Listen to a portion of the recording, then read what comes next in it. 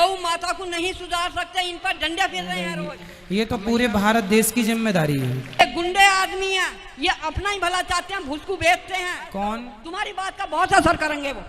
ठीक है, मैं करता हूँ मैं ये बात मोदी जी से, ठीक है। बिस्मिल्लाहिर्रहमानिर्रहीम। अस्सलाम वालेकुम दोस्तों। एक बूढ़ी अम्मा जो कि पंडित अनिरुद्ध आचार्य से कहती है कि तुम जो है वो 250 बूढ़ी औरतों की हिफाजत कर रहे हो, उनको पाल रहे हो, बहुत अच्छी बात है, लेकिन तुम गाय माता के बारे में नहीं बोलते। गाय माता के बारे में कोई भी तुमने आज तक जो है वो कदम नहीं उठाया। तुम लोग उनके बारे में जो है वो बात नहीं कर रहे। लोग जो है वो गाय माता को काट काट कर खा रहे हैं। तो ये सवाल था बूढ़ी अम्मा का पंडित से। बूढ़ी अम्मा ने ये भी कहा कि तुम जो है वो मोदी से बात भी करो। तो आइए देखते हैं दोस्तों, उसके बाद पंडित ने क्या जवाब दिया। उसके बाद डॉक्टर जाकिर नाइक साहब का जवाब बहुत अहम है, वो भी देखेंगे। वीडियो बहुत इंफॉर्मेटिव है, आइए वीडियो को स्टार्ट करते हैं। 250 माताओं को सेवा कर रहे हो, ठीक है, बहुत बढ़िया। संसार सुधार दिया आपने जी। क्या ये गौ माता को नहीं सुधार सकते, इन पर डंडे फिर रहे हैं रोज। मैया गौ माता की सेवा सभी भारतवासी करने लग जाए, कि गौ माता सेवा करने लग जाए तो अपने आप सड़क की गौ माता घर के अंदर हो जाएगी। ये तो पूरे भारत देश की जिम्मेदारी है। ये गुंडे आदमी हैं, ये अपना ही भला चाहते हैं, भूस को बेचते हैं। कौन? ये धर्मशाला में जो रहते हैं ये। जी जी जी जी। तो इन पर कंट्रोल आप कैसे नहीं करते? मोदी जी पर फैस करो, तुम्हारी बात का बहुत असर करेंगे वो। ठीक है, मैं करता हूँ मैं ये बात मोदी जी से, ठीक है। नमस्कार, मेरा नाम निखिल ओखदे है और मैं सॉफ्टवेयर इंजीनियर हूँ। आज हम जिस चीज़ के लिए यहाँ पे जमा हुए हैं उसका टॉपिक यूनिवर्सल ब्रदरहुड है। पर मुझे कहीं ना कहीं ऐसा लगा कि हम इंसानों तक सीमित रह गए। मेरा ऐसा कहना है कि हम इंसानों में कुछ इंसान ऐसे भी हैं जिनकी कुछ फीलिंग्स या जिनको जानवरों के बारे में भी थोड़ी फीलिंग्स हैं, और अगर आप उन्हें हर्ट करते हैं तो ये उस इंसान के रिलीजन के प्रति जाना है। तो मेरा ये मानना है कि भगवान कुछ नहीं है, सिर्फ एक यूनिवर्सल ब्रदरहुड का माध्यम है, ताकि एक भगवान को हम पूजें या इबादत करें और इसके थ्रू हम यूनाइट हो जाएं। तो मेरा सवाल ये है कि हम हमेशा भगवान को इस तरह तोलते हैं कि उसे इंसान की तरह फीलिंग्स हैं, वो हमें सज़ा देता है, हमें रिवॉर्ड करता है, पर हमारे अलावा इस यूनिवर्स में, मैं उस वर्ड पे स्ट्रेस करूँगा, यूनिवर्स में जानवर भी हैं जिनका काम इस भगवान के बिना चल रहा है, जिनमें कोई फीलिंग्स नहीं है, ना वो कुरान पढ़ते हैं ना बाइबल पढ़ते हैं। वो भी जीवित हैं, हम भी जीवित हैं। हमें एक गुमान हो गया है कि हम थोड़े स्मार्ट हैं, पर वो भी इस सृष्टि का हिस्सा हैं।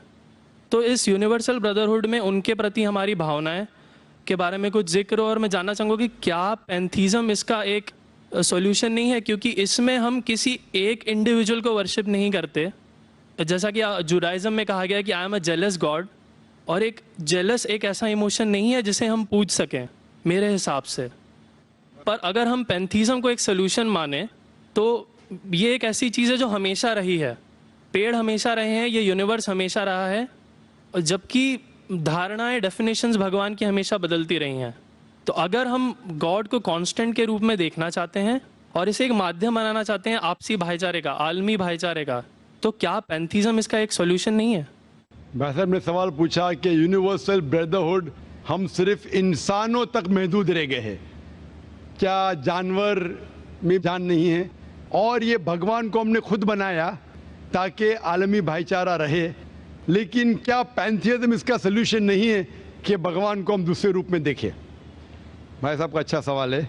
सवाल के दो हिस्से हैं। पहला एक हिस्सा है कि यूनिवर्सल ब्रदरहुड सिर्फ महदूद इंसानों तक क्यों, जानवर पेड़ पौधों को क्यों नहीं लिया गया? दूसरा सवाल, क्या पैंथीज़म इसका सल्यूशन नहीं है? पहले सवाल का जवाब कि यूनिवर्सल ब्रदरहुड, आलमी भाईचारा के अंदर हम बाकी जीवित चीज़ों को क्यों नहीं लेते? अगर लेंगे तो जीना ही मुमकिन नहीं है। अगर हम लेंगे बाकी जीवित चीज़ों को, हम आलमी भाईचारे में लेंगे, तो आपको यहाँ खड़े रहना भी मुमकिन नहीं है 5 मिनट तक के। क्यों? मैं बोलूँगा, क्योंकि मैं डॉक्टर हूँ। भाईचारा का एक उसूल है कि दूसरे भाई का कत्ल मत करो, उसूल है कि नहीं? ठीक है, आप सांस ले रहे, अभी सांस ले रहे ना, आप जब सांस लेते लाखों जर्म्स का कत्ल कर रहे हैं आप। आप कैसे भाई, ये लाखों लोग का कत्ल कर रहे जीने के लिए, ये कैसा भाईचारा है?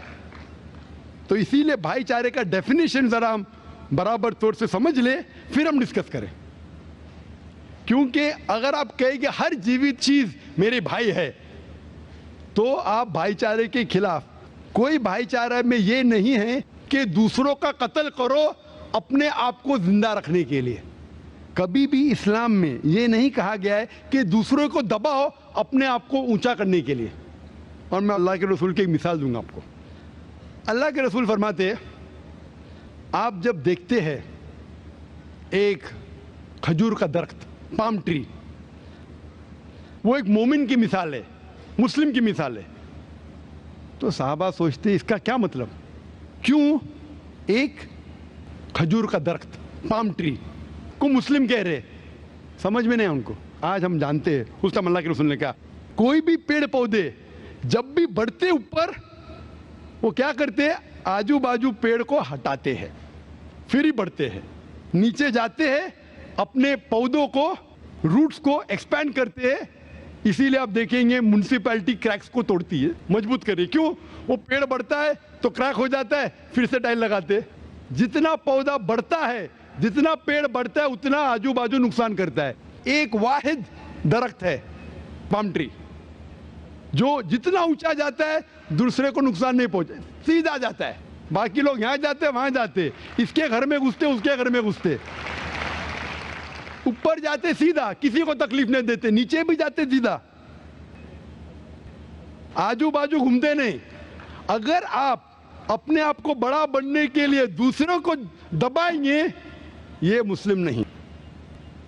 तो अगर मैं मानूं आपकी बात को कि हर जीवित इंसान को भाईचारा करूं, तो मुझे जीने का हक ही नहीं, किसी को जीने का हक नहीं है। लेकिन उसका मतलब ये नहीं कि हम दूसरे जीवित लोग को तकलीफ पहुंचाए जानबूझ के। इसीलिए इस्लाम में जब मोहम्मद सल्लल्लाहु अलैहि वसल्लम पैगाम दिए अरब देशों में, अरब मुमालिक में, तो लोग ने कहा ये कैसा इंसान है। जब अल्लाह के रसूल ने कहा कि ऊंट के ऊपर ज्यादा वजन मत डालो, हराम है, घोड़े को ज्यादा तकलीफ मत दो, तो लोग कहने लगे ये तो अभी इंसानों की हुकूक की बात कर रहा था, अभी जानवरों की हुकूक की बात कर रहा है। अल्लाह के रसूल फरमाते जब एक शख्स आग उगाता, मुझे आग को बुझाओ, क्यों? उधर चींटियां मर रहे हैं। उसका मतलब जानबूझ के कोई भी जीवित चीज को मारना हराम है। सिर्फ अनजाने में इजाजत है, या जिसकी इजाजत खुदा ने आपको दी है, जिसकी इजाजत दी है खुदा ने। मिसाल के तौर पे मनुस्मृति में चैप्टर नंबर 5 श्लोका नंबर 31 में लिखा है कि खुदा ने कुछ जानवरों को बनाए खाने के लिए और किसको खुराक बनने के लिए, some to be eaten some to eat. अगर वो खाने वाला जानवर दूसरे जानवर को खाता है जिसको खुराक के लिए बनाया है, तो कोई गुनाह नहीं है। तो दोस्तों ये थी आज की वीडियो। उम्मीद करते हैं वीडियो अच्छी लगी होगी। ऐसी ही इंफॉर्मेटिव वीडियोस के लिए चैनल को सब्सक्राइब करें। मिलते हैं नेक्स्ट वीडियो में। अल्लाह हाफिज़।